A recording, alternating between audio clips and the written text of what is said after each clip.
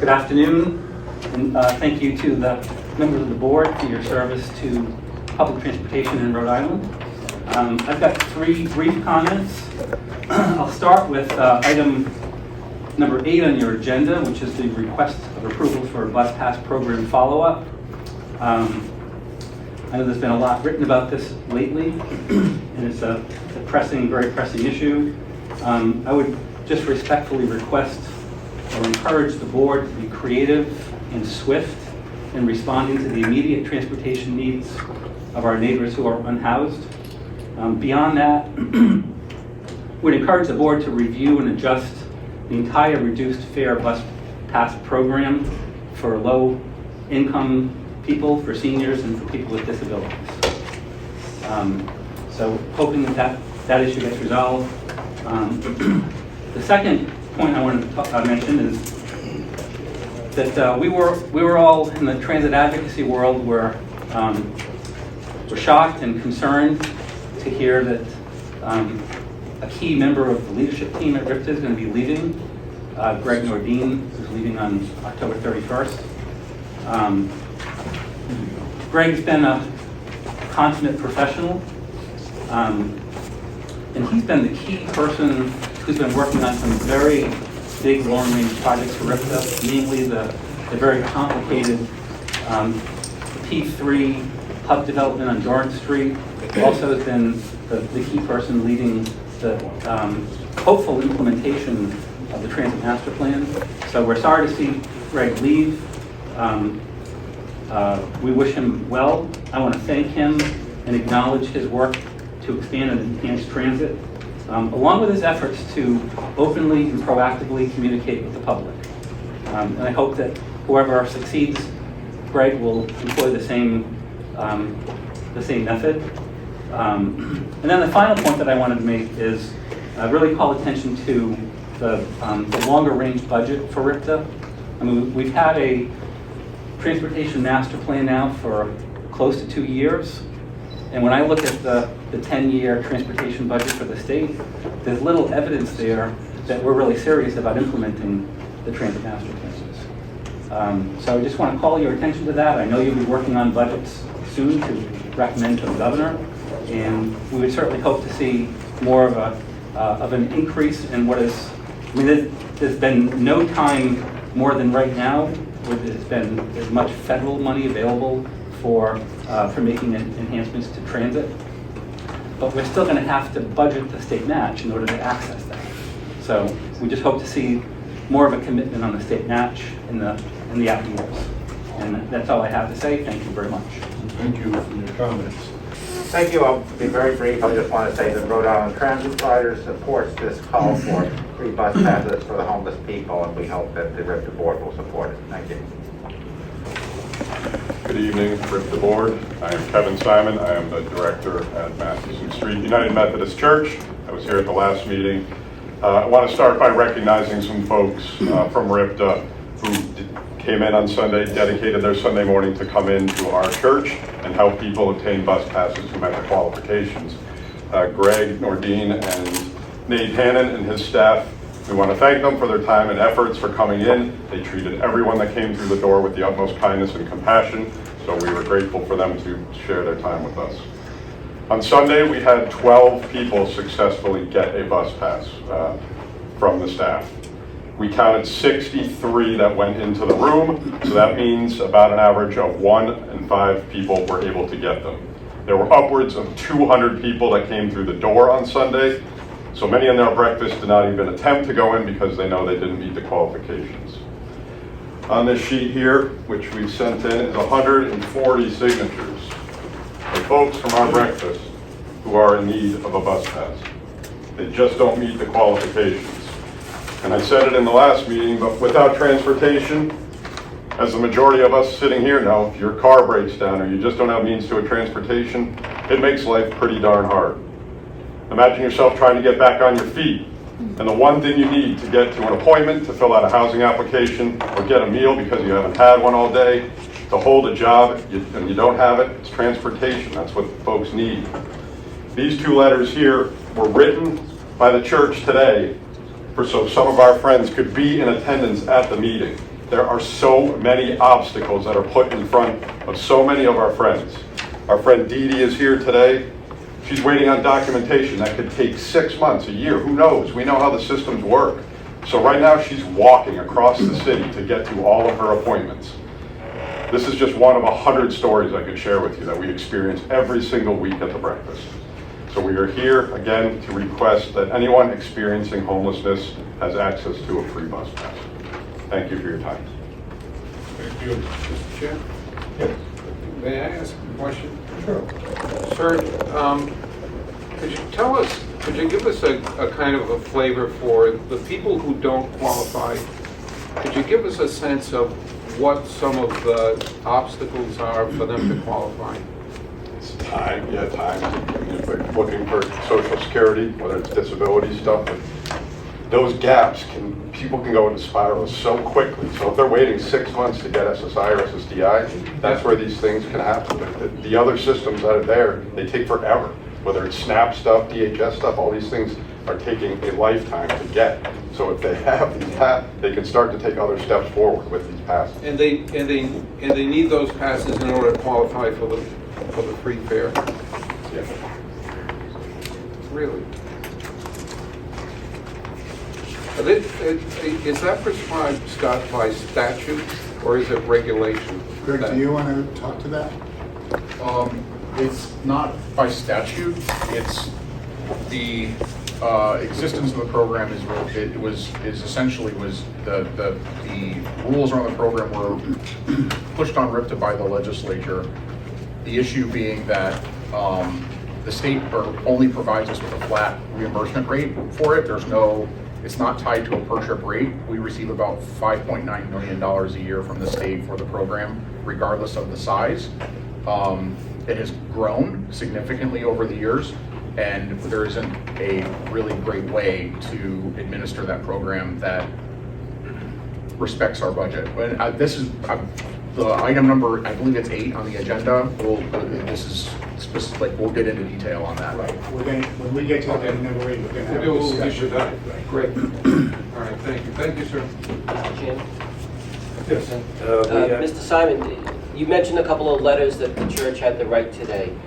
Am I correct in understanding that one of the reasons why the church needed to write those letters is because some people that are unhoused but have space at a shelter need to have some kind of special permission in order to appear at the shelter later than the prescribed time? Is that right? Absolutely correct. I just wanted that to be an example of how many obstacles our friends have to go through to take steps forward. It shouldn't be this hard, but it is. So that's exactly why those letters needed to be written today so folks can get back into a shelter bed tonight. Mr. Chairman, at the appropriate time, I'd like to make a motion to change the order of the agenda so that item number 8 could be put up to the top of the agenda so that folks that need to get to their shelter, can do so expeditiously. Sure. Yes, we will do that, actually. We can move that up. Actually, we can move that up even before the CEO's report. What I also wanted to say, I want to say thank you to Patrick and thank you to Jim for attending our breakfast with our invitation. We are grateful that you made it here, so thank you both very much. And actually, we moved the time, we usually meet at 1:30, we moved it to 5 to try to be a little more accommodating of the public, for example. So there are some people in the public that actually end up in a worse position if it's 5 o'clock than not. So, usually we do the 1:30, but that's why today was at 5. So anyway, next one, next commenter. Mr. Chairman, now we have 4 speakers, and the next one will be Reverend Dwayne Klinker. Kevin's the director, I'm the pastor at Madison Street with the breakfast. The organizing committee met, the Housing Justice Organizing Committee, group meets twice a week, but they met in discussion about this, and we don't want to delay you tonight with a lot of testimony, which certainly can be done at the appropriate time or any time, but we know that you're starting to become aware of the issues. And please, and listen, remember what Kevin said. Somewhere in the Bible it says something about some prophet speaking for God, you should not grind the poor. Just grind, because that's the way it feels sometimes. That's the way it feels sometimes, because everything that should be simple, like getting on a bus, becomes like, oh, but you have to have this paper or this paper. In this specific case, you have to double kind of qualify people. It doesn't make any sense. And so what we're looking for simply is a way for folks to get on the bus so they can get to, think about it. It might be a mental health appointment, it might be a doc, it might be their job. Many of our folks work. You know, when Kevin said that thing about the letters, that's so it's like a permission slip for them to get in the shelter tonight. So they have to have a permission slip because they stayed out after 4:30. These are adults. One of our members works at Home Depot. And if he has to work overtime, I want you to do this thought experiment. You're working on the job. You know, a lot of people consider it demeaning to be homeless. And you don't have a place to sleep. And your boss says, hey, can you work a couple extra hours tonight? And you have to go to your boss and get a letter so that you can verify to your shelter or you'll lose your bed and have to perhaps go back on that waiting list. So these are the kind of motivating factors that cause people to turn out, will cause a lot more people to turn out over the period of time that we have to go. I want to submit to you this is an easy lift. You don't have to be in the verification business. You've got a multitude of housing agencies in the state that can be in the verification business. And I want to suggest to you that whether somebody's sleeping on a floor, on a carpet, in an apartment with a friend tonight, or on the street, or in a shelter, they are unhoused, or in their car, they are unhoused. Who best to know that than people like the Fellowship Breakfast at Mathewson Street, the Coalition for the Homeless that actually registers people, but not all of them. People slip through the cracks. People don't know what to do. You know, you're suddenly homeless. What do you do? Where do you spend the night? This is how easily this could be done. I think you could do it if your staff met with our staff and one of our leaders, I think you could actually do this in 15 or 20 minutes. This is all we need. We need a card with a photo on it, with a person's name, the name they give us. We're not sending, this is not a police search, this is not an FBI check, this is somebody's given name that they're using, and a photo. The key's the photo, and the key's this little burner over here, that's your logo. That's the way you get your information. A group like Friendship Breakfast issues these. We get a laminating machine. It's not a heavy lift. We can raise the money to get a laminating machine and a camera, right? And so you have RIPTA Bus Pass, Jane Q Public, the agency that gave it for your records, you know, whether it's Homeless Coalition or us. And it's a RIPTA Bus Pass. It's good for 3 months. This is the key to it. That's your grid. That's your computer grid. And that's a grid that tells you every time a person with one of these passes gets on your bus, it tells you the routes, just like Greg's memo. Tells you the routes that they traveled. It's a pilot program. It's a pilot program. It doesn't cost you one wage dollar. Your salaried staff might have to spend a couple hours on it to set it up, but it doesn't cost you one labor dollar. It doesn't cost 1 gallon of gas. Those buses are not full. There's a finite number of people that can use these. You set it to expire in 3 months. In 3 months, it's gone. The person has to requalify. It's an easy qualify, but they have to requalify. You follow what I'm saying? You can't sell this on the street because it's got your picture on it, not the person you're selling it to. You can get it stolen, but nobody can use it. And if you get it stolen or lose it, you can go back to Mathewson Street Church and get a new one in about 15 minutes. You follow what I'm saying? And it gives you a baseline with which to study and to research. More importantly, perhaps, because I know you've got to raise a budget. But this isn't costing you anything in the budget. This is like almost a freebie, except for the time that we're spending here of yours, right? So now at the State House, what happens when you're raising the budget? Now you've got poor people coming there talking about how important RIPTA is to them, as opposed to being absent or saying, yeah, RIPTA. So we want to work with you. And we think we can work with you. We think this is an easy lift, and we think that in all kinds of ways it might be useful for you. Jesus told a story in 5 sentences. I'm going to use 7. There was a certain man. There was a judge.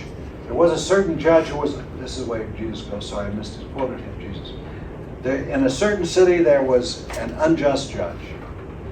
He had respect for neither the Creator nor for human beings. In the same city lived a poor widow who had had an injustice done to her.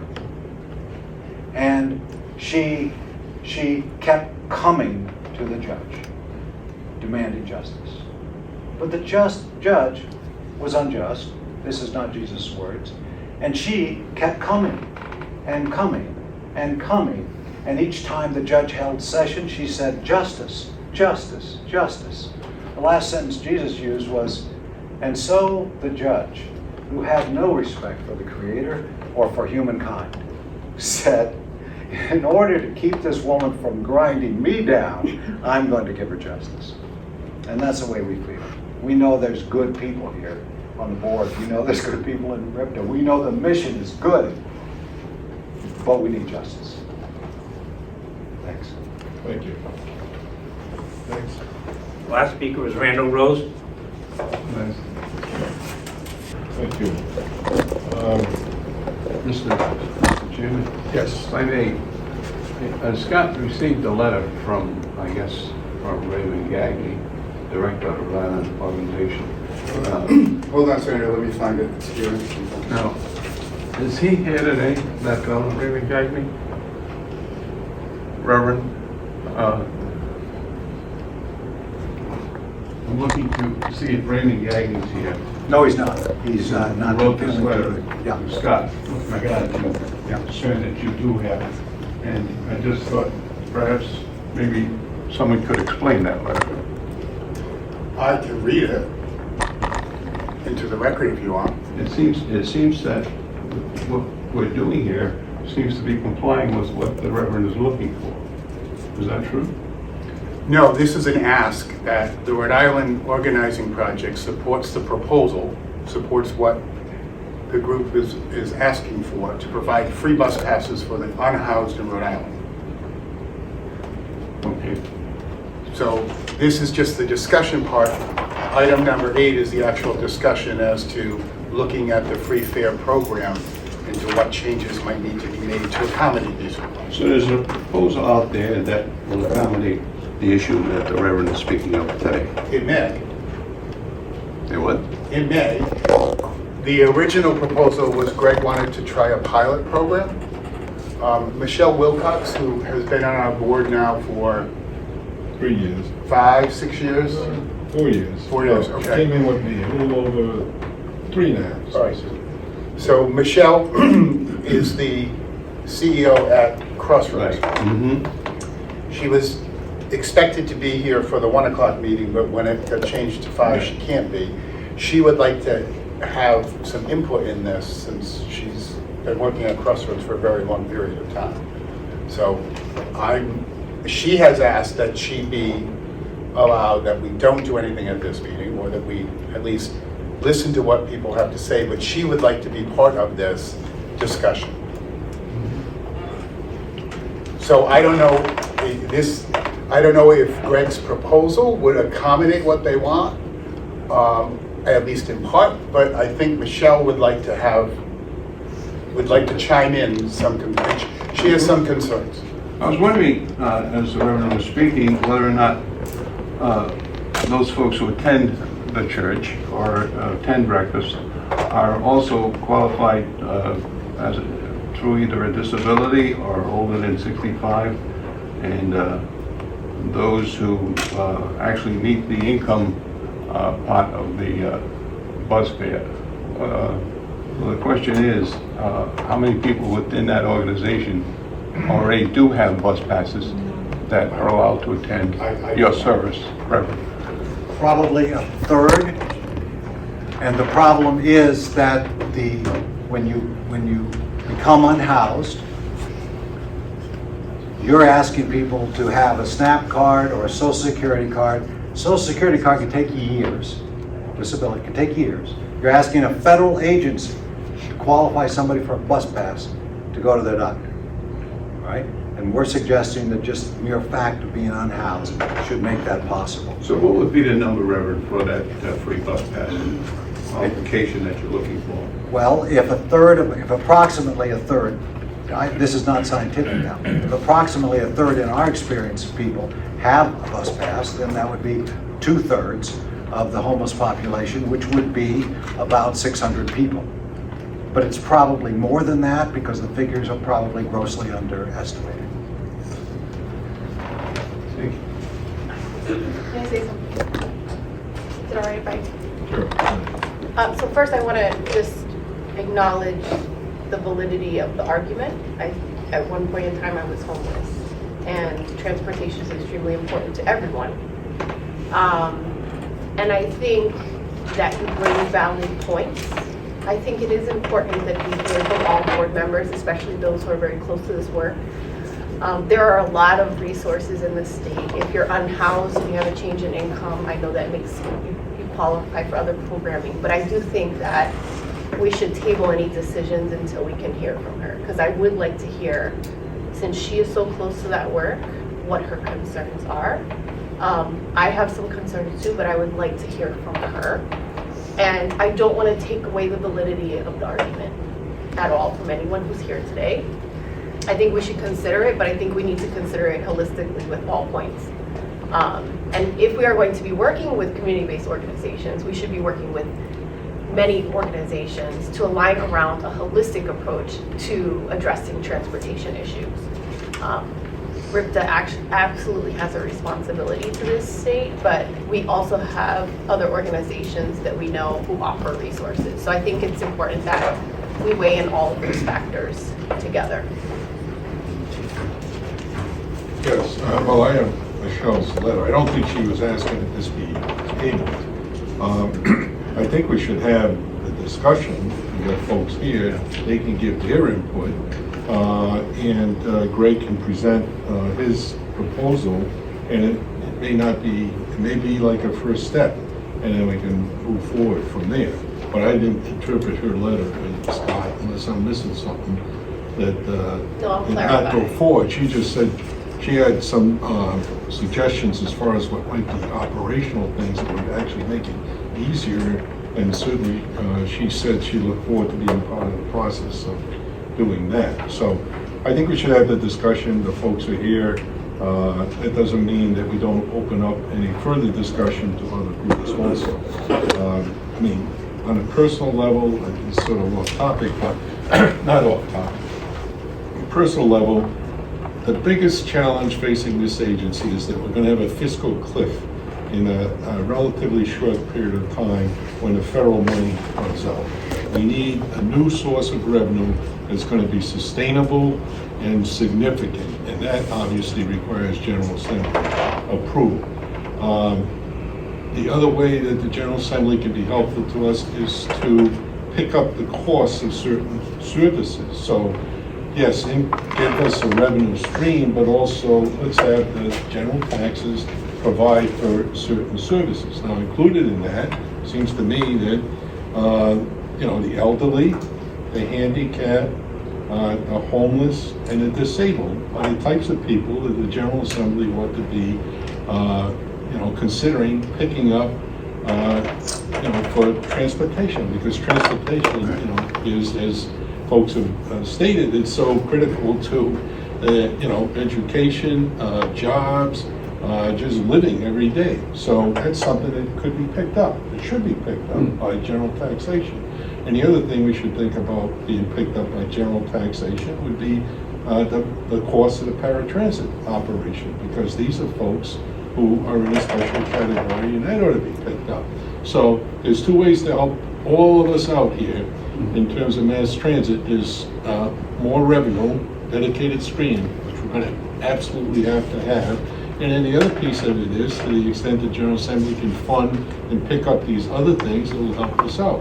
Otherwise, we're going to fall off a cliff, and we're not even going to be able to provide services that we're serving now. And there'll be a lot less service, a not only for, folks who absolutely need it, but for everybody else. So anyway, that's my 2 cents. You're absolutely right, correct. You're absolutely correct, Mr. Chairman. What I would suggest and agree with the chairman that perhaps another organization, perhaps DHS, has already vetted the individuals that we may be talking about here today, rather than have RIPTA have to vet all the individuals coming into the system here, when DHS already has that information, and we don't have to work as hard and spend that kind of money to do all of that.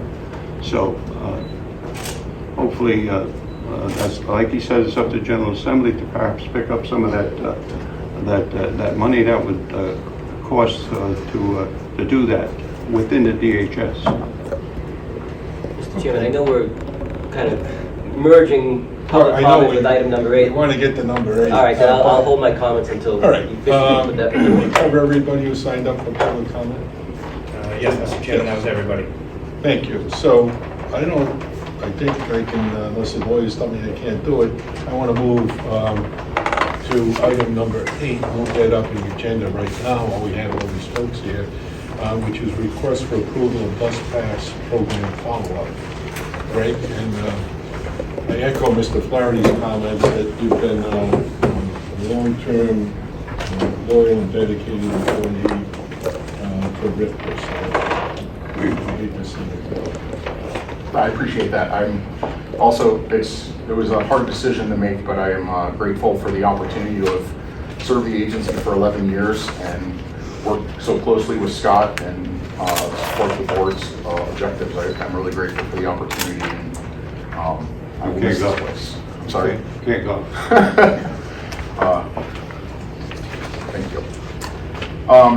So, based upon the conversation from the prior board meeting in September, I took this as an opportunity. I wanted to draft a memo to outline what I think are the flaws that are inherent with our current bus pass program and how we administer that program, so that hopefully the board would take action on that.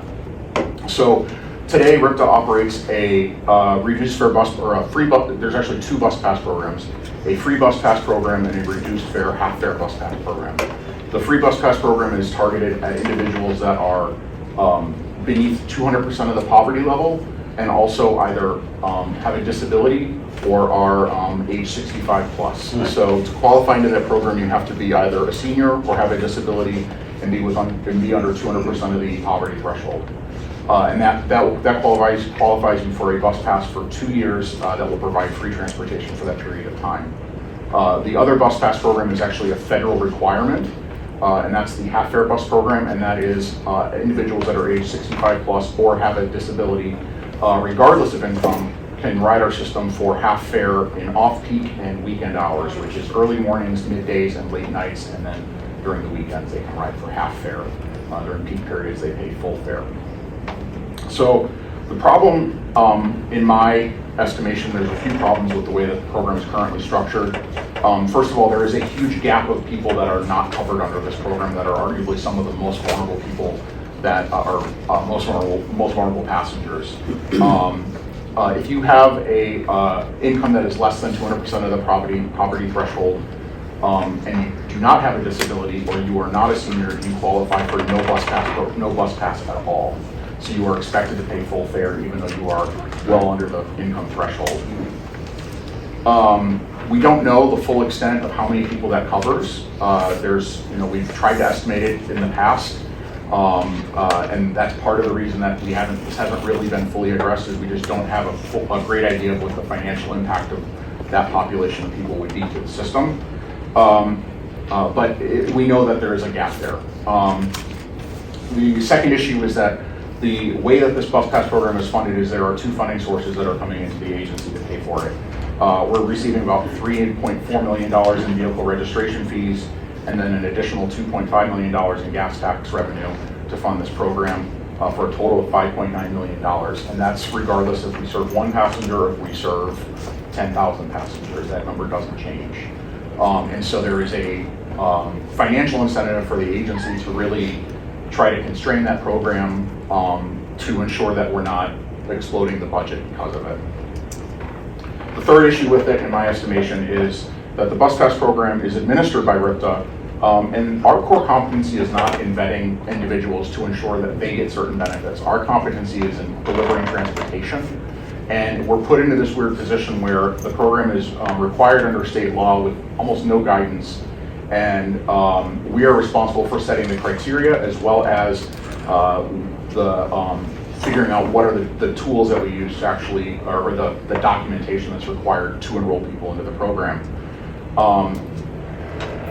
And that, it's kind of outside of what we do, and so that creates a lot of issues with, what are best practices within the other areas of government where people are receiving benefit. There's really generally not a huge amount of coordination that's occurring across agencies or departments to ensure that, people who are receiving SNAP benefits automatically qualify for transit. That doesn't occur. So it puts us in a position where we're kind of having to create redundant work, more or less. We have in the past allowed other agencies to administer this program on our behalf. Social service agencies, the Providence Center was one of them. There was probably about 15 agencies statewide.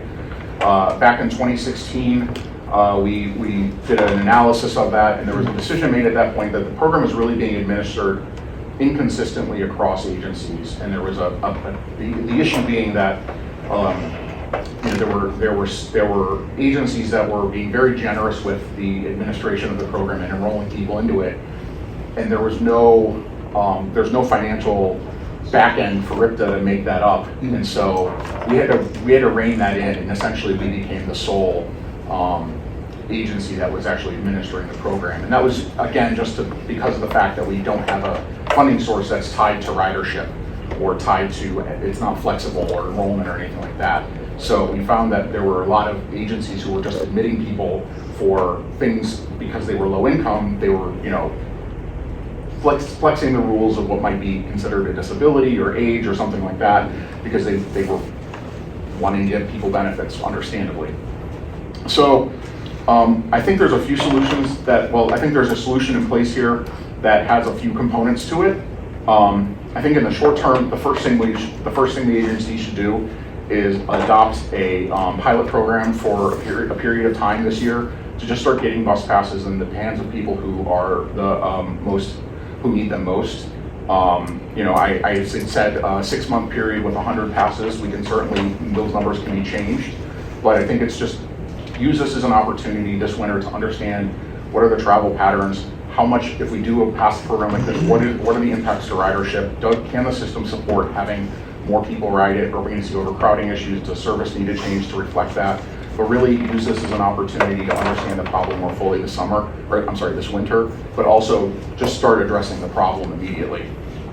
The second thing that the agency should do is start identifying legislators that are interested in addressing this topic and fixing some of the systemic funding issues related to it. I know I can name half a dozen legislators that we've had conversations with over the years that I think have some interest in this, and so I think there is an opportunity in there to have legislation introduced and get their support. And then I think the third step in this would be to engage the state's coordinating council that was formed back in, I believe, 2016. There's a Human Services Transportation Coordinating Council that has participation of RIPTA, EOHHS, RIDOT sits on it, Office of Healthy Aging. Most of the human services related departments of government are participating in that. And really work with them to understand where are they already duly qualifying people into this program or into programs where we could maybe just lump onto that or add on to that, so that when someone is applying for SNAP benefits, maybe they're receiving a bus pass as part of that, and there's no qualification that RIPTA is needing to take on independently. And then the fourth step in this would be to essentially break up RIPTA's current bus pass program into 3 distinct programs. And there would be essentially created, and I'm referring specifically to the, let me step back. the fourth step would be just to basically break this up into to 3 new programs instead of the 2 we administer today. Create a program for people that are at age 65 plus, create a program for people that have a disability, and create a program for people that are low income. And then those programs can be right-sized to tailor the benefit directly to that population of people. So if, for example, if someone is low income, they may qualify for a bus pass for a shorter period of time, but it is entirely free, whereas maybe somebody who's age 65 plus, that bus pass might be good for 5 years, but it only gives them a half fare benefit. And then if people do qualify dually, they can choose the bus pass program that provides the greatest benefit to them. They're not, but it sort of breaks up and gets rid of that gap in there of people who are low income but don't have a disability or a senior. So that's kind of my thoughts on that. I'm happy to take questions or have a conversation about it. So, Mr. Chairman, the only thing I would say out of Michelle's letter was she was concerned about how the passes would be distributed. That was one of her major concerns. Who's going to decide that? Why, Mr. Chairman, why do you think that's a concern? Well, I would assume that Crossroads, who buys passes on a regular basis to the tune of $10,000 a year, is wondering 10,000 passes? $10,000 They pay $10,000 for passes for their their folks. client. So I think she's just looking that everything would be equitable. What do you mean equitable? I think with each agency that would be applying and asking for passes. All right, I don't understand why she needs to have that be the case. I can't answer that because she's not here, but Yeah. I know that in the past, as Greg said, some agencies took a much more liberal approach to approving things, and if you might not really have qualified, but they gave you the pass anyway, Yeah. and then others did not. So Craig, do we have a sense of what an individual pass costs the agency a year? So bus passes, monthly pass is $70 a month. So $840 a year is the value of the pass. That's changed significantly. Forget about the value of the pass. Like how much ridership? Yeah, what does it cost the agency to deliver the service to that one pass person? That's a really complicated question because I know, but isn't it one that I think we should have a sense of? Particularly when we're talking about, hopefully, according to the groups that here petitioning, expanding the ridership to that. Well, the reason it's a complicated question is because adding one rider to fixed route costs us nothing because we're not changing the service based on one rider. But when you add 100 riders, you might have an impact where you need to increase service. I get it. And so it's hard to say what is the cost per passenger because an individual passenger, one person costs the agency nothing is why that's. Yeah, but we should be able to develop kind of a range. If it's one person at 100, if it's 1,000, if it's 10,000, right? So, we should be able to develop some sense of what the escalation in costs are, what the range is we're talking, and kind of cross that with what the expected population that would come forward under different scenarios, under relaxed scenarios of loosening our requirements for documentation, et cetera. And see where those curves begin to cross and where we should be beginning to target for the best outcome, right? Yeah, so I think that's where partly the pilot could be The helpful. answer? It would help us learn that answer without having to guess. I will say that our service profile is pretty unique in the industry because we have such a robust free fare program already. Our free fare program, prior to COVID, accounted for about 1 in 4 rides on our system. So already 25% of our passengers were riding for free. So what makes that unique is most of our passengers most transit agencies, their passenger activity during the peak hours and the middle of the day kind of bottoms out where you have not a lot of riders. That's not true of RIPTA. Ours tends to get pretty busy in the morning and then stay busy until about 6 or 7 o'clock at night before it trails off. So we have really heavy service in the middle of the day where most transit agencies don't. And that is a reflection of our bus pass program. Our service has changed over time because of that. Because of the, we have a higher percentage of people with passes, is that what you're saying? Yes, that are already. And the passes are geared toward having them use them during those times, right? Well, the federally required one is, but we have our other program that's free, that's all the time, that's Yeah. not just in the off-peaks. So, you know. So that skews things. It does skew things. So I suspect that will, I don't think that's gonna change much. I think what's gonna happen is just where you see overcrowding in our system, the R line, the 20, those routes are gonna probably continue, the 31, the 22, those routes are gonna continue to see more overcrowding. And I think what the pilot will help us determine is whether or not we need to increase service on those to support the additional ridership that might be there. That's all. But I hear where you're going, like, how do we start to quantify the per cost per passenger? And I wish I could say that it costs us X dollars per year per passenger. It's not hard to do that for one person. Again, you don't have the data now, but do you think the pilot program will provide that kind of data that's usable? Yes. And it's designed, and the pilot is designed to provide that data. Yeah, because essentially what we'll do is, with that pilot, you would essentially, however many bus passes it is, we come up with some way of getting them distributed that addresses some of the concerns that Michelle had, as well as making sure that we're just targeting people that would have qualified for this program. So it wouldn't be people that are already qualifying under our existing programs. These would be the people non-qualifying, low-income individuals. And really, and that's for how long and how many people? So I had suggested 6 months and 100. Those numbers were just a shot in the dark. Obviously, with the winter approaching, the sooner we can start something, the better. The sooner we can start addressing the problem on any level. But those numbers can be certainly adjusted if the board so chooses. Okay, I'm sorry to keep asking questions, but if you don't mind. That's why we're here.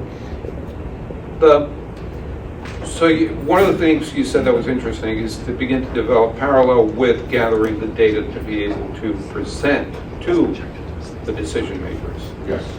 Is to begin to identify the decision makers. But wouldn't it go much more than that? Wouldn't it be identifying a strategy in which to successfully approach the legislature and the governor with a plan that they would agree to?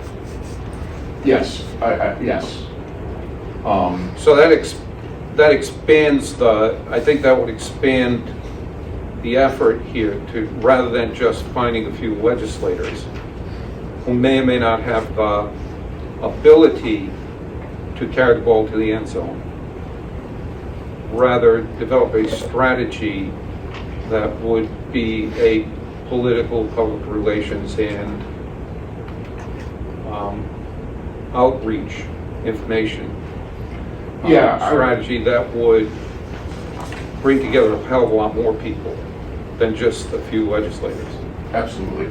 I think where I was specifically targeting legislators only because I don't want to wait until they're halfway through the legislative session before trying to get this. Yeah, but that's 6 of one, half a dozen of the other. Yes. Even if you get them early on, if you only have 6 and they don't have the ability to carry it through, you still end up at the end of the session with nothing. No, that's a fair point. Is that something, Scott, that the agency has the ability to begin to formulate that strategy? Sure. I as one member of the board would be interested in seeing how that develops, along with how the data out of the outreach program. But this all of this discussion delays what appears to be a much more immediate need for relatively few people, like 400 people. I think I heard the number. And I think parallel to these two efforts. I think it was 600. 600. Well, even 600.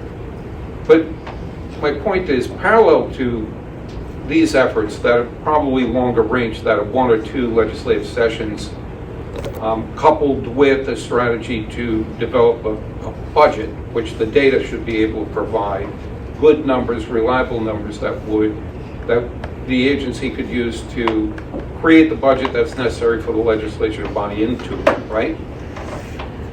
Those two efforts are going to be a little bit longer range realistically than just the winter months when 400 people need to get places.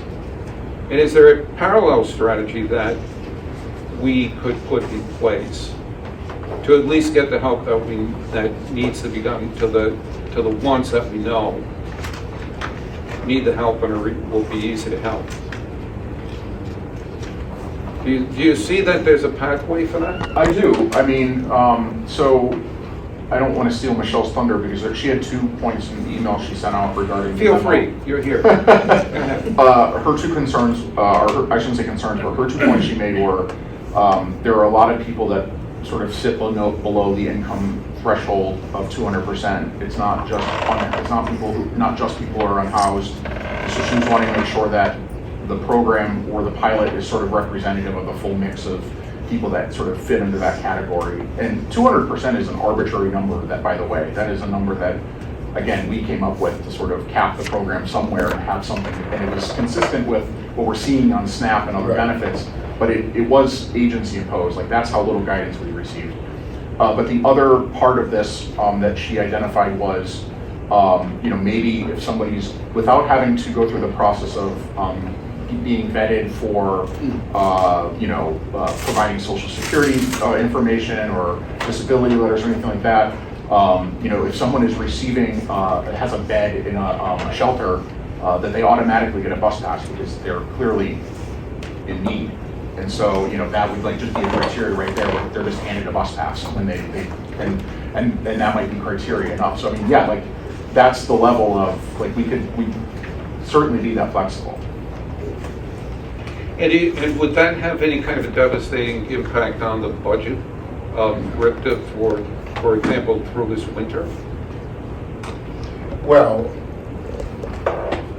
it could, based on the fact that right now nonprofit groups buy about $400,000 worth of product every month. Yeah. You think they would stop? If people are going to get bus passes somewhere else, I'm sure agencies will say, I don't need to provide it now. Really? Why would they do that? So many years ago, the whole bus pass program was caught up in, it was on the front page of the Journal, Greg. Remind me of the headline. Bus passes for sale? Yes, and People were selling their bus passes. I mean, they can't do it now with photo IDs, right? No, but this would be a whole new program. Yeah, I mean, I would, at a minimum, if the board chooses to move ahead with the pilot, I would put a very firm cap on the pilot program numbers and just say there are this many passes available for this period of time. And, it's because otherwise, I mean, Scott's correct that agencies will say, well, just go get a bus pass from there, and that comes into the revenue piece. But if it's just, a pilot to understand what we're doing, in fact finding and data gathering. How much a year do we get from the nonprofits for this purpose? 400,000. 400,000 a year? And you feel as though you'd be in jeopardy of losing that if we opened it up to and made the policy more liberal? We'll lose some of it. And since every Have we month, had serious discussions with these agencies about the prospects of doing this? There's been a lot of pressure. I mean, they're in pressure on fixing the program systemically because the issue with the program today is we've combined 3 groups of people into one program. Right. You have to duly qualify, and that creates the Venn diagram excludes a really big portion of people. I'm confused. Let alone the people trying to use this. It's confusing. I have a question. Yeah, I'm sorry. That's all right. So how many organizations, so it's $400,000, but how many bus passes does that equate to right now that are in circulation that are being handed out by community-based organizations and agencies across the state? It depends. They don't all buy the same product. There's not a, we can get the number. some buy monthly passes, some buy weekly, some buy. Okay. single ride tickets. It's depending on the type of benefit. If it's a longer term relationship, they'll often buy a monthly pass. If it's an organization that is literally just trying to get somebody to a shelter, they might just provide them with a single ride ticket. Okay. Do we have any organizations that address the population that falls in that income gap between the Medicaid eligible FPL and then the 200%? Because once you become Medicaid eligible, you receive a bus pass, to my knowledge. And please correct me if I'm wrong. But, so I just want to know, it's the gap there, right, that we're solutioning for? Medicaid does not, you do not receive a bus pass. Well, SNAP benefits, I'll rephrase. But even SNAP benefits, you don't automatically receive a bus pass. Okay. You receive a bus pass. So Medicaid covers non-emergency medical transportation. So you get a doctor's appointment. Correct. You can get a bus pass for that. But if you're just going to the grocery store, no. Now, what they will do is, if a person has a current medical need, they and they being NTM will sometimes purchase monthly passes for that person because it's cheaper than giving them a single ride ticket every day. So is it there, and under any income level, do individuals through the state, the government, our state government, qualify for a bus pass? No. None at all? No. It is only through this current program? Correct. Understood. And so I was really curious to find out whether or not there's already agencies that are solutioning for some of these challenges. I think it's important that we know who they are, what they're handing out, and that everyone knows they have access. Because I would hate, so here's what I'm worried about, right? That there's enough passes or access to transportation in circulation, folks are unaware, or they're not going to seek out that resource. And so this is being brought to us. I do believe that we should solution for the gap in the FPL, absolutely, because that's not a significant amount of income when you look at income levels between the Medicaid eligible FPL and that 200%. It's not a significant amount of income. So I do think that that's something that we should look at solutioning for. But I'm also curious, how do we work with the organizations that are already investing in RIPTA and highlight that they have this resource available so that we can get folks access to them, especially if we find out that they have surplus. That's why I'm curious, do they have surplus right now that folks are not getting their hands on? When you say surplus, what do you mean? Like, They've purchased passes that they have not handed out. They're sitting on. They often will send them back if they're not used by a certain amount of time for a rebate. I have one. So that tells me right then and there, right, that there's a surplus. But it may not be, so some of the nonprofits, so I don't know what Amos House uses their bus passes for. Yeah. I don't know if it's for their employees to get there, or I don't know if it's for clients. That's part of the issue. Is there some benefit that flows to the agencies buying these passes from you? What's at the heart of them wanting to buy these passes? What's their purpose? to provide transportation to their clientele, so whatever the things they might be just provide transportation. Is that their only incentive? Well, Or are there other incentives to their program for offering free passes to the people they serve? I'm not sure I follow that. Are there other benefits that they receive from outside their agency in terms of funding and because they're offering these passes to their constituencies? So we went down a version of this path back in 2016 take me down. So in 2016, the bus pass program went from free to $1, and then there was pretty significant pushback throughout the state, and that was cut back to 50 cents. This is what actually precipitated the creation of the Transportation Coordinating Council. And it was essentially the first task of that from then Governor Raimondo was figure out how to maximize the dollars that are coming into the state and turn them into transportation benefits. And the long and short of it is there's not. Like this idea of like Medicaid is going to pay for everything just does not exist. And Medicaid has a really strong incentive to not allow this to happen, because if it happens here, there's 49 other states that will say us next.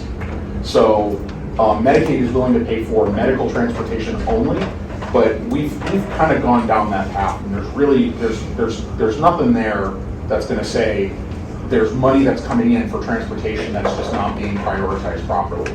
The underlying issue with our program is it is overly complex, and it is administered by an agency that has no business administering it.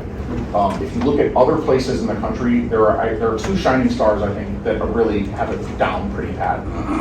San Francisco has separated up into 4 separate programs. They have a program for people with disabilities that has its own criteria for qualifying. They have a program set up for low-income individuals. They have a program for seniors, and they have a program for youth. And they're fortunate that they've gotten some philanthropy. I think Google's paying for the youth program. But those are all, they all have their own separate criteria, and you can qualify into any or each of them. And when you qualify into it, you just get to choose whichever one has the best benefit for you. So if you're a senior who has a disability, you can qualify into both programs and take the more generous of those 2 benefits. If you're a low-income youth, if you're low income, you can qualify into any one of those programs, and then you just get the most generous benefit. But you could qualify into one, you can qualify into all 4. The other example that I think is a really great example, and it's really a simple one, is in Pennsylvania. They actually have state legislation that says any senior rides free in the state of, or I think it's free in the state of Pennsylvania. So SEPTA, essentially, you go to SEPTA's offices, they hand you a card, they take your photo, and it's paid for through the state lottery. So all the revenues coming from the state lottery are reimbursing SEPTA. So the advantage is SEPTA is giving people these cards, but they don't have to worry about the reimbursement. It just fluctuates as their ridership goes up and down. They don't have to worry about putting a cap on the program. It can be as large as it needs to be because the state has made the commitment that seniors ride free in Pennsylvania. And I think that's the challenging thing we have here is we have a really generous program, but it's a really restrictive program. Mr. Chairman, if I may, I brought some of these handouts for folks so they can kind of get a sense of what Greg is talking about, the generosity but the restrictions, so the other board members can have a sense of exactly where we are and where we might want to go. And Greg, thank you again for your work, and again to the folks who were there on Sunday. The amount of empathy that they brought into that room was really fun to see. But currently, if someone wanted to get a free fare, a bus pass, your total income must not exceed 200% of the poverty level. You said that. But here's the kicker.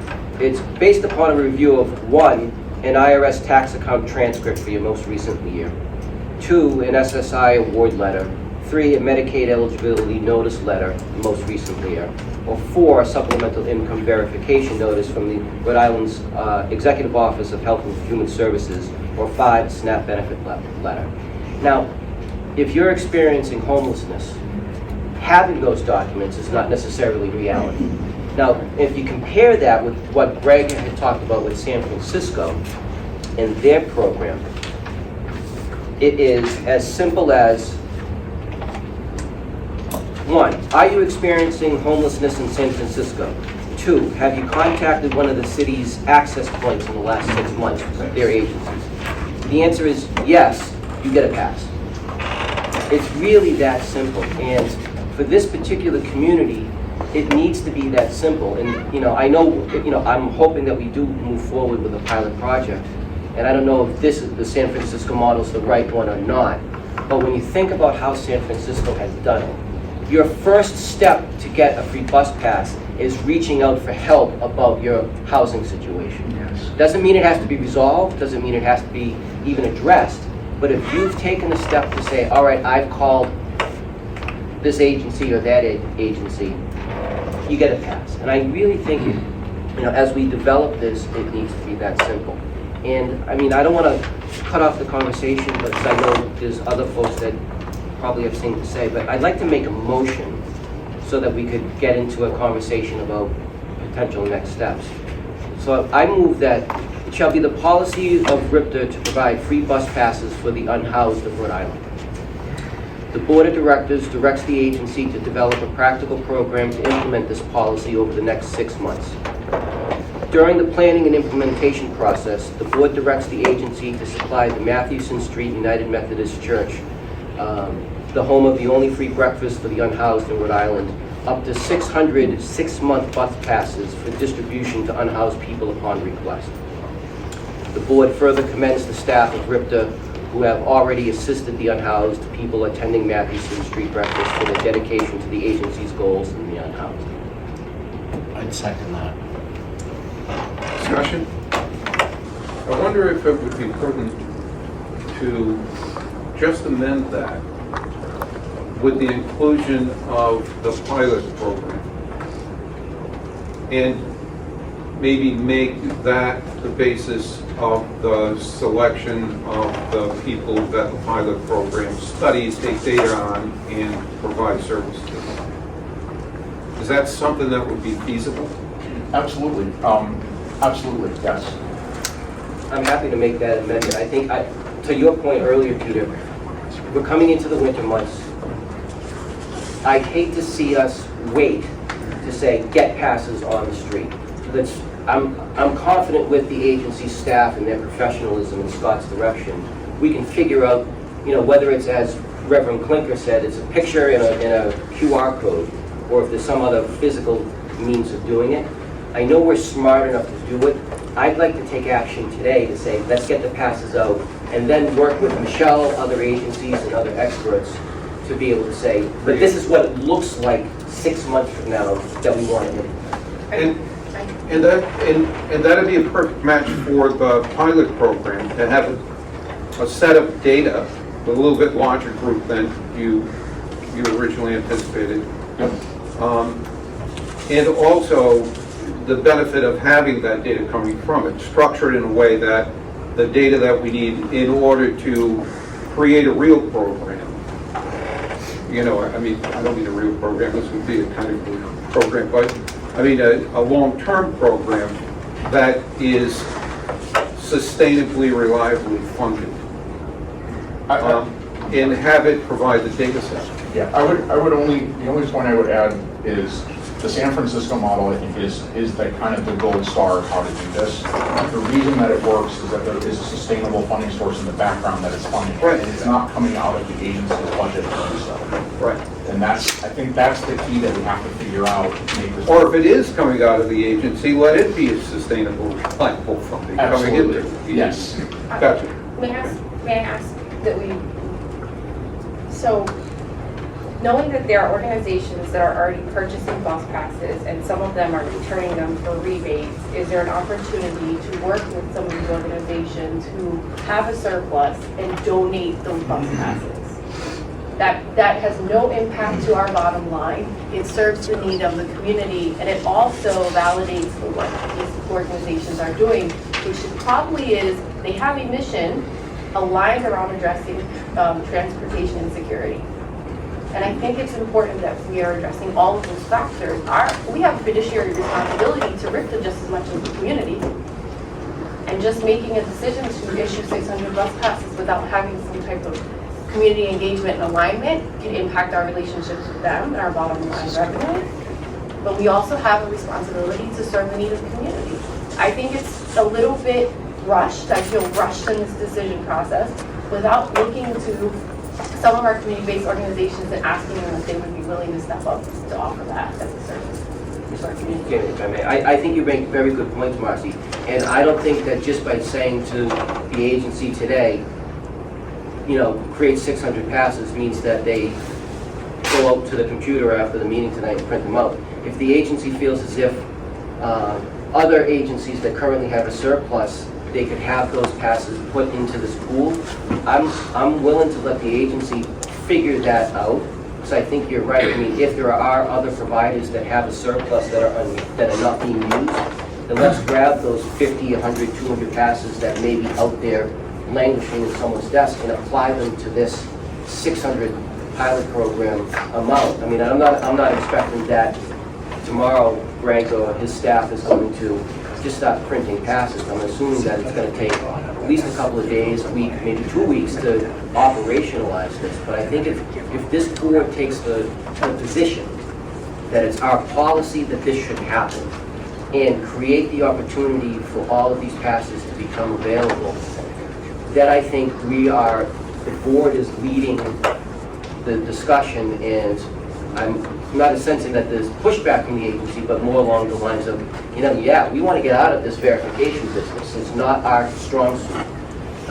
And I think as this pilot project unfolds, the experts at the agency can figure out, well, it's not necessarily that we need to print 600 passes. We can take 200 from here, 200 from there. But as long as we commit to getting those passes available, especially going into the cold months, I think it's really helpful. So I'm not sure we can get 200 from here, 200 from there, because the agencies that look for the money back are putting that back into their budget, or they have applied for grant funding for bus passes and then go back to the grant schedule, the grantor, and say, we didn't use all the bus passes, can we now put this into this in our agency? So I'm not sure we're going to get a lot of bus passes that are just given back to us to give out to others. But could we create a referral process? Like, right, could we work with these organizations around this more specifically and say, we have an organization that is in need of bus passes. You have extra bus passes. Can they refer individuals to you with this one piece of paper? They show up, you issue a bus pass. Can we do something like that? And I think that's what you're alluding to, is that we need to come up with a strategy, but I feel very rushed going into a decision without there being some viable, sustainable options, at least in the short run, and making sure that folks are getting connected with the agencies that already offer the passes. That's my concern. Probably just say that those folks, if I'm an agency, there's 40 agencies, by the way, Right. that do this. But if I'm an agency, if I don't have a problem with a grant, I purchase these bus passes and get them on the shelf. I turn them back in, they're gonna give them back their money, right? Right. Yeah, so. And it all depends on the type of passes you bought. Like, some of the domestic violence centers buy monthly passes, and they will buy them for next month, or they'll buy them for maybe January. And in December, if someone hasn't said, I need one, they'll return them, and then they'll buy the next month out, so that they're a month ahead of trying to look at where their population needs their passes. That's why I'm proposing, right, we collaborate on a referral program. So I would add, there is a third model, or there is another model that I've seen, that, Marcy, it seems to be sort of what you're getting at. In Cincinnati, and this has been a few years, so I don't know if this is still active or not, but they created, essentially the transit agency in Cincinnati Metro created a 501c3 as an offshoot of the agency that was specifically set up to do exactly what you're talking about, which is coordination across all of the social service agencies to provide bus passes for individuals. And the agency would set aside, I believe, $1 million a year of their budget to fund the the staffing of that 501c3, but then also provide a certain level of funding. And then that sole purpose of that was to coordinate and identify funding for bus passes for individuals that need, regardless of the age or whatever the program was. And that was what they did. That is certainly, I think, is part of the pilot. That's something we probably want to dig into. And I mean, there are different ways of doing this, but it was, I think the challenge we have right now is the administration and the coordination of this is entirely occurring on RIPTA. We've done in the past where we've done this in the past where we've coordinated with other agencies, and they don't have the same fiscal responsibility to this as we do, because it's coming out of our budget. And so they were essentially, being very generous with that at RIPTA's time. It's really what it boiled down to. And I think that's partly, but it's definitely something that we could explore as part of it. It's not all in on one thing.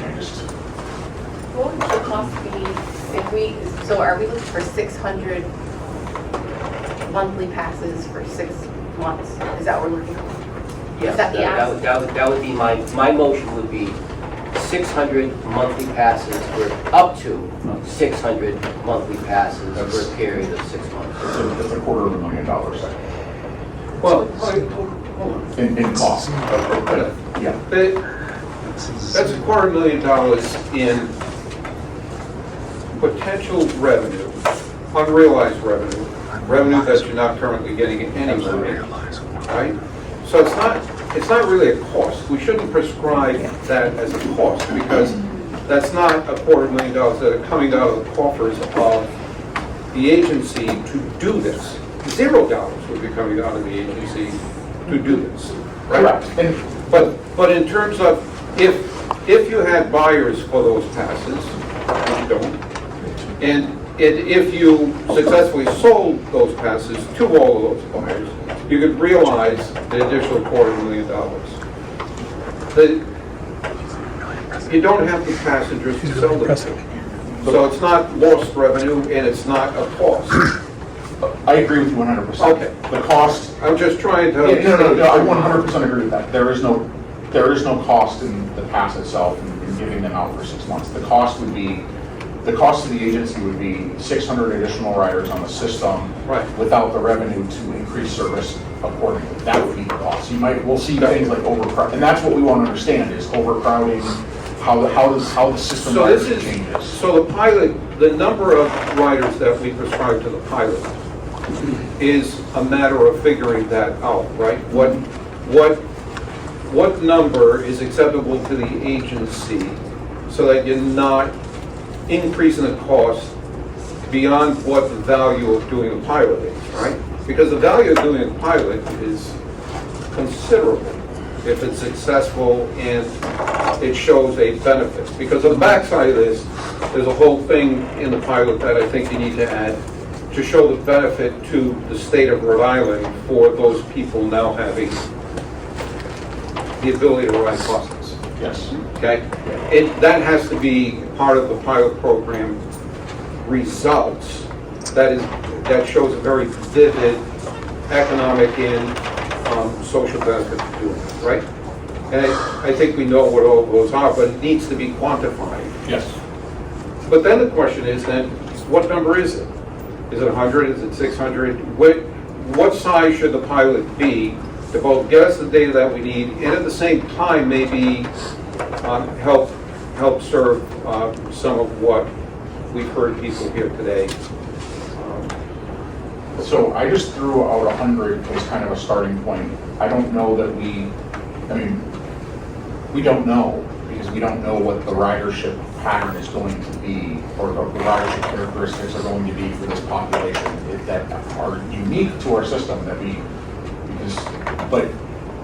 I think if there was ever a time that we could support from a ridership standpoint, 600 passes, it's right now, because our ridership, we don't have them, and our ridership is already down due to COVID. Right. And we're not fully rebounded. The only route I would be concerned about is the R line, because it's already free, and it's already our busiest route, and I know we're experiencing overcrowding on that.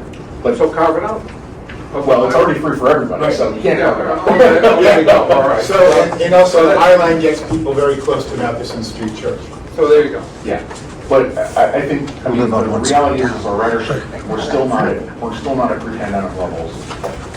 So I think that the system could support it, but that's why you do the pilot. You understand what we can, and then we can make a more informed decision going into next year and say, okay, great, this program was a success, but the 31 needs to double in service or whatever that is, and you can make those decisions. I'd like to know about the vetting procedure. Say, for instance, someone walks through the front door and wants to fill an application for a bus pass. What is the vetting procedure from there? So the process has been, prior to the pandemic, we had an office in Kennedy Plaza that was staffed by someone from customer service, where they could essentially go, bring all their documentation, and then they would have a photo taken. There's a $10 application fee. And then they would have their photo taken and they would receive a pass. And I can't remember if it was on the spot or if it's been 3 years now, or if they had to come back like in a couple of days. But essentially it was... I think they mailed it to them. Okay. It was occurring in person. When the pandemic struck, we closed the window in Kennedy Plaza. That has moved entirely online. So now if someone needs a pass, they can get the form online. They can apply directly online. They have to provide verification of their age or their disability, and then they also have to provide verification of their income, which is, again, it's a little bit onerous because, and then essentially they have to send us a photo of them. We put it onto a card and it's mailed to them. If they don't have access to the internet, they can call RIPTA. we'll actually mail them a packet as well. We are going to be, well, I can't say we are going to be because I will not be here, but the plan in customer services that we're going to start to reopen access to in-person enrollment in the program. Probably not at Kennedy Plaza, but we were going to have an option for people to enroll in person again. And I know that's something that always acknowledges. So how long would it take? Sure. Right now it takes about 2 weeks. 2 weeks, okay. Now, if there's another agency that already has that information in their file, because this person, for one reason or another, needs additional care for one reason or another, and that information is already there in their computers, wouldn't that shorten the time and make it more available for us to get it passed quicker? That's what we would like to do. Yes, but right now, that coordination has not occurred. When in 2016, when the PASS program was reevaluated and changes were made at that point, that was all about finding money to support the program, and it was all about figuring out how to get Medicaid to pay for all transportation and how to get as much money out of EOHHS as possible to support their clientele. But the reality was is we didn't ever dive into the logistical, where are there opportunities for cross-coordination to occur. So when someone gets a SNAP, when someone gets their SNAP benefits, they automatically get a bus pass. That conversation never happened. And it's because there's this bigger legislative piece that needs to occur to make that happen, which is the funding can't just come out of RIPTA's budget to pay for it. So how many people do you have dedicated to do that in your department? There's none. We have one person who that was their job, but when COVID hit, that person was absorbed back into customer service, and now it's kind of shared across the entire department. So there's not one person dedicated to it. In 2016, you mentioned that you took this over for the reason that perhaps it was a liberal kind of thing going on with regard to giving passes out more freely, shall we say.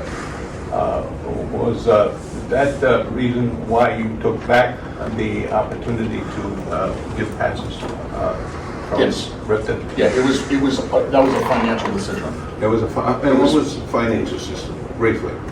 It was because there was a lot of availability of passes from agencies who didn't have a fiscal responsibility to this agency. They were just interested in giving people passes because they needed to get them places, but they weren't actually adhering to the criteria of the program. They were just saying, they were kind of fudging it on the edges, and we were taking the hit financially for it. That was the issue. So they weren't paid, is that what you're saying? They were loose in their vetting. I'm not saying they weren't doing their job. I'm saying they were more generous with them than we were. And it's because it came out of our budget. It didn't come out of, I don't know, the Trudeau Center's budget or whoever it is. Like, their budget was unimpacted. They were just giving out passes because this is the program. And, oh, hey, so-and-so needs to get to their medical appointments. Let's give them a pass because they qualify for it. And it's probably a totally valid use of that pass. But the program, so people could game the system. They could figure out where they could get passes. Doctors' notes became a problem because doctors were, essentially saying this person has a diagnosis of this, therefore they're disabled. And, we had we got to a point where the program was growing leaps and bounds. I think there was like 17,000 people in the program, and we were getting a fixed rate from the state. Well, according to this, what we pay, what a person pays for a disability or older, age 65, and you say they were being a little liberal.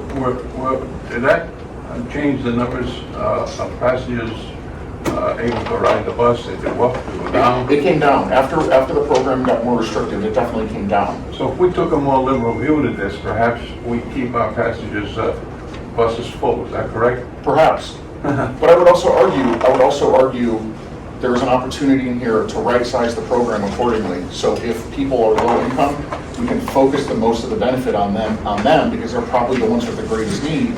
Whereas somebody who's senior, maybe they just get half fare. And I'm not suggesting that that's the preferred option. I'm just saying that's a possibility. Or maybe seniors are just riding half fare all the time, but if they're also low income, they can still qualify for that better benefit. And it breaks all that up. And I think there's an opportunity to sort of reshuffle the deck a little bit. Well, this thing about our peak hours is amazing.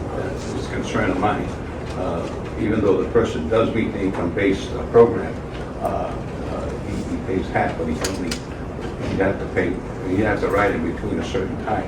He gets a dollar benefit. That's the federal one. And I know, that federal law states. It does. It is hard to administer. I think it should be taken up with the federal government with regard to our. We can be more generous. Our senators and write them and say, hey, look, we need to get rid of this, you can't get on a bus at a certain time to be eligible for that dollar Well, decrease. That's the minimum. We can always be more generous. We could say, as a state, we want to make it half fare all the time. It doesn't, that's just the federal requirement. We can definitely be more generous than that. What made them do that? The feds? Yeah. Probably because that's. What was the brainstorm behind all of that? Well, it was the 80s, so I was 7. When you look at YouTube and you see the Japanese going from one small town into Tokyo, and you watch them get off that train, it's like hundreds and hundreds of people just swarming off that train, getting off the train, and we're worried about peak times. Yeah, the reality is that the peak time is when the systems are busiest and they don't have the ability to absorb as much ridership, because you've got more people on it. In the off-peak, arguably, there's more opportunity to increase ridership because that people are generally not riding as much in the middle of the day or late at night or early in the morning. Our system is a little different because we do have a free fare program that's really robust, and it does already, we have very high ridership in the middle of the day, we have very high service in the middle of the day. So we have a really unique service profile, but you're not wrong, like, we could be more generous and fix that. It's just that, we're adhering to the federal guidance. But again, with the pilot program, we could figure that out and Well, that's what I was concerned give a about, better the pilot recommendation. program, keeping that in mind. Yes. When you're drawing up this Absolutely. program, or whatever it is. Absolutely. That one. Made a motion, and what we had before us, in terms of the proposal, was request for approval of bus pass program follow-up with the pilot for 100 and so forth. So I guess I'll ask Toya is, are you comfortable that, now obviously we could start the program that was presented, which is the 100 pilot, move forward, take this up next month, maybe in something broader, but are we, from a legal perspective, does that motion fall within the parameters of this?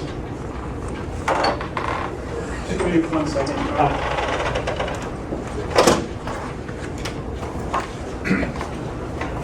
Greg, do you support this pilot program? I wrote know you wrote it. Yeah. I realize that. But the Let me put it this suggestion way. that Patrick is making. Let me put it this way. This is my last board meeting, and it would be You ain't going anywhere. You're gonna have to tie me down.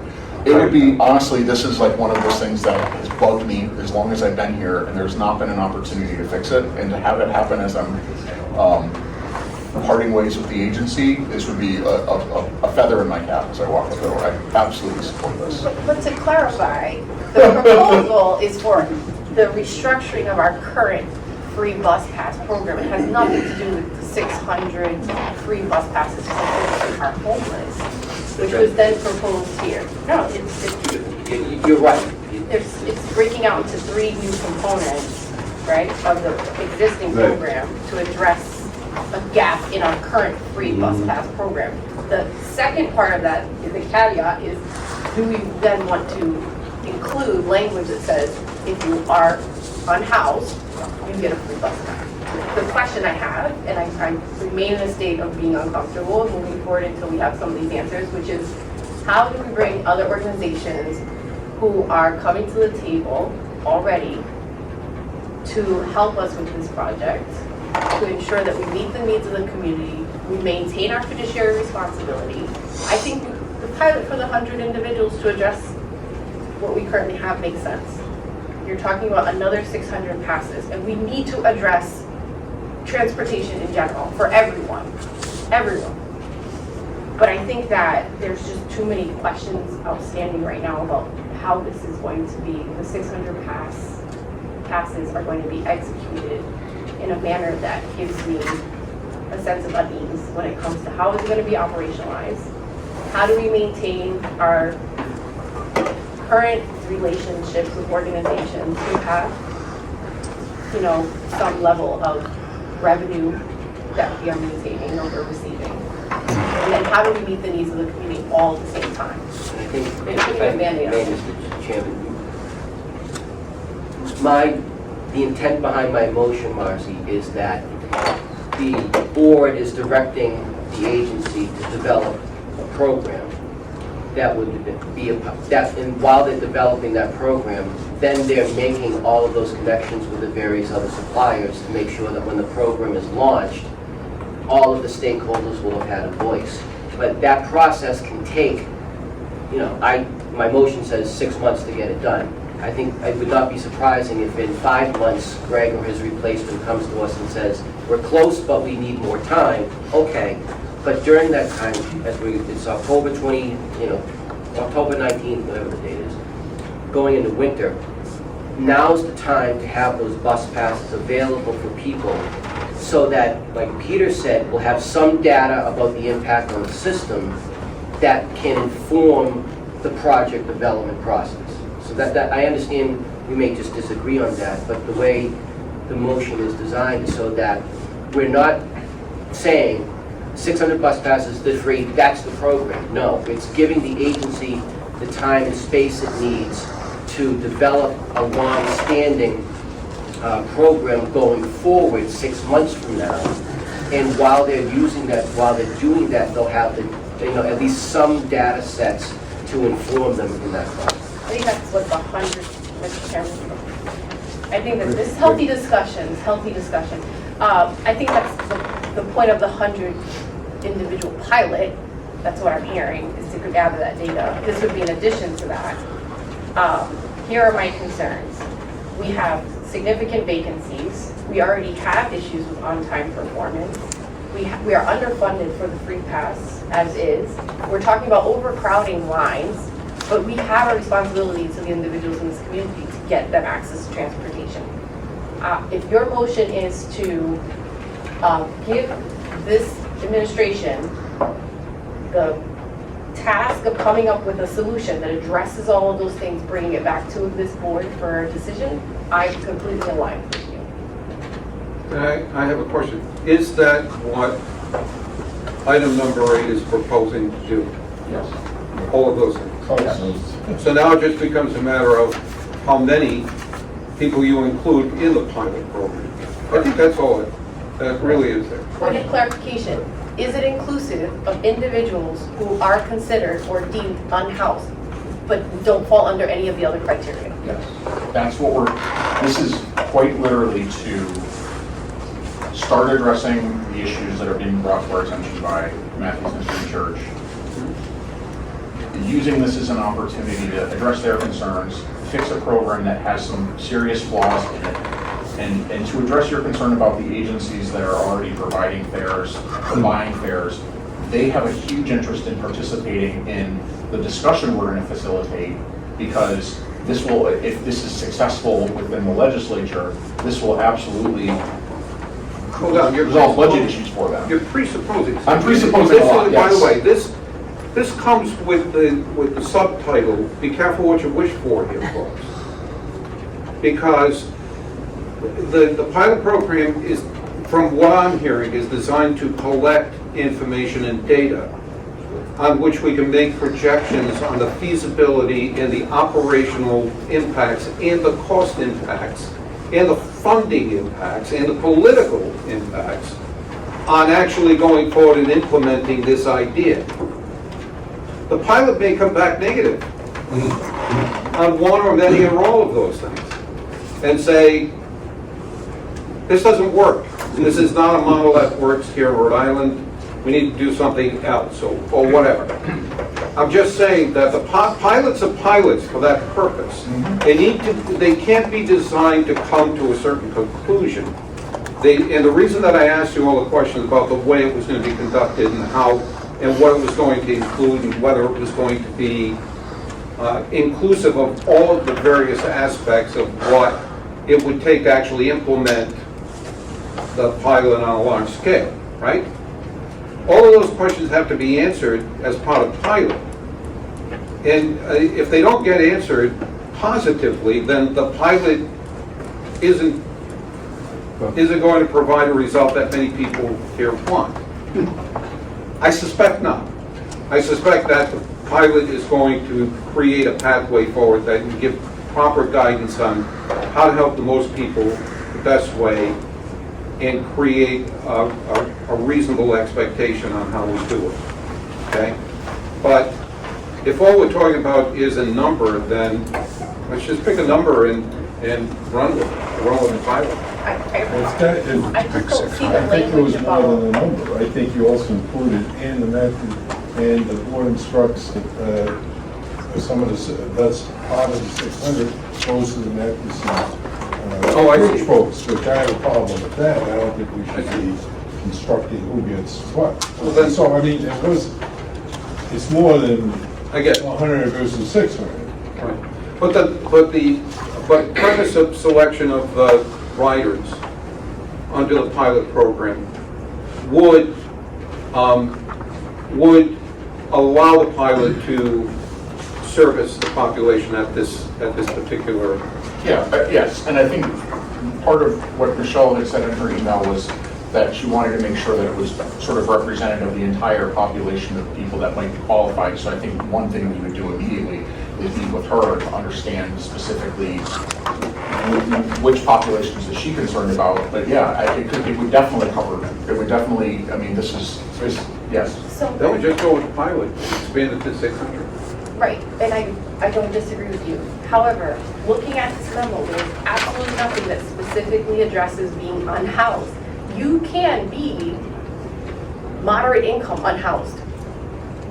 That's not low income. You can be 20-something unhoused. That's not a senior. You can be fully capable, no disability, unhoused. That's not an individual with a disability. That doesn't fall under this. I think, and I maybe sense a little bit of frustration because I don't think that the way that this is written, I don't think it actually addresses people who are unhoused. The motion does. I was moderate income, unhoused. The motion. I would have never gotten a bus pass. Not under this language, not under the proposed changes. I think they're great proposed changes. What I'm saying is they don't meet the needs of this community and what they're asking us. So if we're going to do the pilot, we need to rewrite it so that it includes specifically, if you are unhoused, how we work with agencies, how do we get people the referral so that they can go get their bus pass with limited paperwork, right? Low lift with agencies that are already issuing, bus passes in a way in which we can make sure that we can ensure the efficacy of the program, but it does not fall under any of these categories. And Mr. Chairman, my motion wasn't in response to or in anticipation of the memo that Greg had. So you raised a fair point, but I think what Greg's memo is talking about is outlining what a project will look like, and your comments about who is unhoused and who would qualify is very well taken. The point of the motion is to make sure that the community that we do know is in desperate need of this passes and transportation, that they have access to them immediately, so that as this program is being developed, not only is the data available, but that the other stakeholders can take place. But the point of my motion is to make sure that the people that are currently experiencing homelessness and are unhoused can have those passes today, ideally, but as soon as possible so that they can get the transportation that they need. And then as we can learn from that and develop the criteria that the agency can have. In a perfect world, I think we do something like the San Francisco model, or maybe it was the Pennsylvania model that Greg talked about. But I don't know if that makes sense for Rhode Island right now, quite frankly. But what I don't want to see happen is for us to wait 6 months while they develop a program, try it out, then find out where it's not working, and have to come back to us and be back here a year from now saying, well, let's do this again. And I think we have that opportunity. Mr. Chairman, what would be the fiscal impact if in fact we gave those folks who are homeless free passes, as we said here right now? The biggest impacts on our system would be potential overcrowding, and then potential overcrowding on bus routes. That's a problem. If it's too full to pick up people, yes, and we do have some of that. It's less of a problem now than it used to be, but with the service changes that's coming up on Saturday that will reduce some frequency, it is a little bit of a concern. I don't know that this is going to be like a widespread. Again, it's a pilot, so we'll. Bring back the strap hanger, Yeah, you're hanging from the ceiling, from the top of the. and then the other issue that I've seen from agencies that have I don't been, get that part. but the other issue I see from agencies when you hand out free bus passes tends to be around like security of vehicles and just ensuring you have enough security to support. I don't see a lot of full buses. I'm just saying those would be the costs, but it's not a foregone conclusion. Yeah, but, I mean, before we vote, I know you would ask council for his opinion. Thank you, Mr. Chairman. In my opinion, there's an item that's properly docketed for discussion. In response to that item, Greg forwarded a memo. That memo outlines solutions. If you were going to take any actions, in my mind, they would be premised on those the first three solutions. The fourth solution is what happens after the pilot, is the way that I read that, so that's the way you can take it after. If you wanted to make amendments, for example, about the number of people, you'd make an amendment to the first bullet. If you wanted to make an amendment that suggests that when we go out and talk to some of the other community providers, we ask the question about unused passes and things of that nature, make it, and we can make that part of the action we vote on today. Okay. Mr. Chairman, on that circumstance, I would like to amend my motion, if the person seconded would agree, to adopt the memo from Mr. Nordeen dated October 11th, but change the number from 100 to 600. The person that reads I'd further add that in here there should be some language around alignment to community organizations, especially ones that are already purchased bus passes with us as a referral process, and that we're also addressing in this solution somehow, if we are going to have problems with things like our response rate, or I'm stating that wrong, but making sure that we have our bus lines adequately staffed to address the additional population as well. I'm happy to incorporate those comments, yeah. Second that. Motion made, seconded. All in favor? Aye. It's adopted. I think management knows, have to take all that down. What this involves. Thank you very much. I think that's where